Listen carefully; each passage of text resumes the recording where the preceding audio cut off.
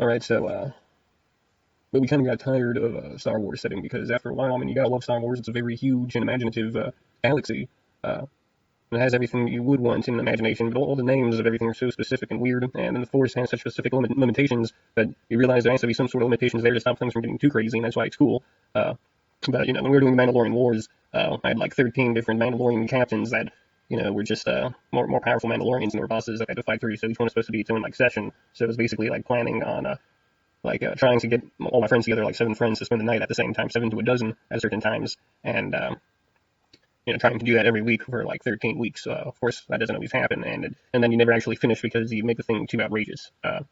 But we actually did complete the Mandalorian Wars, but it just came down to me and one other player who was going to be the Jedi Exile from Knights of the Republic, but that didn't really pan out because he rolled a natural 20 on his will save to resist getting cut off from the Force. But yeah, he was at Malachor 5, and he saw everybody die, and he was a Republic general, and a Jedi Master. He fully leveled up Jedi Padawan, Jedi Knight, Jedi Master. So he was already level 25, and I think he started getting levels in Elite Trooper or something like that, just to keep on increasing his base stats. But he also had all these Force artifacts, and I just put everything into his Use the Force check. The other really powerful Jedi that kept on playing just made sure to have every single Force power, both light side and dark side. And the dark side tree ended up breaking character and revealing himself as a Sith. And when the Jedi's were like both 8 levels ahead of him, they just killed the dark side tree. They paralyzed him and then cut him up with lightsabers. And the droid ended up becoming a crime lord and developed a special technology upgrade where he could hack into other droids, just like with his consciousness as a droid, and started acquiring more droids and going to junkyards of abandoned, derelict, broken spaceships and rebuilding them into junk freighters, and just having a bunch of automatic junk droids from anything he could put together, just anything he could get for free, and was just always involved in crime as a droid. And that Jedi that was learning dark side powers ended up adding these scarab things to his skin that made him impervious to lightsabers, and then just sort of became a strange, cone-headed, scarab-wearing, powerful monster. And then there were like 2 bounty hunters. I guess they both went. Actually, we had 3 bounty hunters. One of them was a Trandoshan, I think, which is a type of lizard person or reptilian. And yeah, none of the bounty hunters really got along that well. There was just a pale, black-haired, black-eyed person that was super short. There were 2 different cat people and a lizard person. That just sort of drifted in and out. And then there was also a person that played as a Wookiee, and were going to play as a Jedi. But they just sort of kept on attacking the Mandalorians and rages with their bare hands and died. And then what happened is I went on a vacation with one of my main Star Wars RPG players, and I was always complaining I wanted to do Dungeons & Dragons instead because magic is a lot more free than the Force. Every way to quote so much strange, obscure sci-fi playing in a Star Wars RPG universe galaxy where everything has to still check out at some level. And we started playing Dungeons & Dragons again, this time where I was DMing instead of being a player. And I got started with one of my main players and one of my cousins, and they didn't really take it too well to Dungeons & Dragons. But they both chose monstrous races.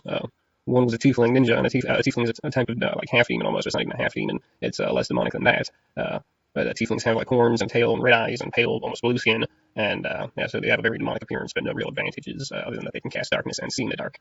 And then there was a minotaur, and yeah, minotaurs are grossly overpowered compared to normal starting races because they're like starting at level 4 and already have like 6 hit dice, so it's almost like a level 10 character. So exactly a fair playing field.